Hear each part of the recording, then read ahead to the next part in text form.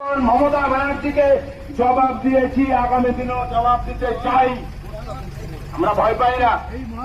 আমরা যারা কর্মরত শিক্ষক শিক্ষিকা, যারা অফিস আদালতে কাজ করি, আমরা এই সময় জোর গলায় বলতে চাই, আমাদের যে বকেয়া, আমাদের যে সীমাহীন বঞ্চনা, আমাদের যে বঞ্চনার পাহাড়ের সামনে আপনি দাঁড় করিয়ে দিয়েছেন, তাতে আমরা আপনাকে স্বাগত জানাচ্ছি। আপনি আমাদের একদিনের বেতন কাটুন, আমরা হারায় একদিনের বেতন নিয়ে নেব।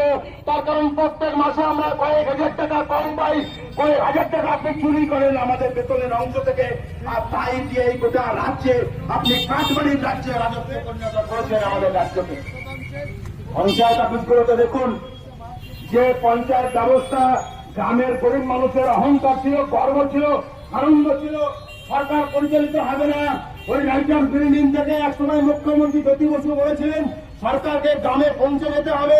এই পঞ্চায়েত ব্যবস্থার মধ্য দিয়ে সরকারগুলো গ্রামে পৌঁছে গেছিল। আর তৃণমূল কংগ্রেসের দিকে তাকিয়ে দেখুন, এই পঞ্চায়েতগুলোকে কাঠমান্ডির পঞ্চায়েতে পরিণত করেছে। আজকে একটা টাকা না দিলে পঞ্চায়েতে কোনো কাজ হয় না। আজকে পৌরসভায় টাকা না দিলে আপনি বাড়ির প্ল্যান থেকে ড্রেন পরিষ্কার কিচ্ছু হবে না। আজকে আপনি অফিসে টাকা না দিলে একটা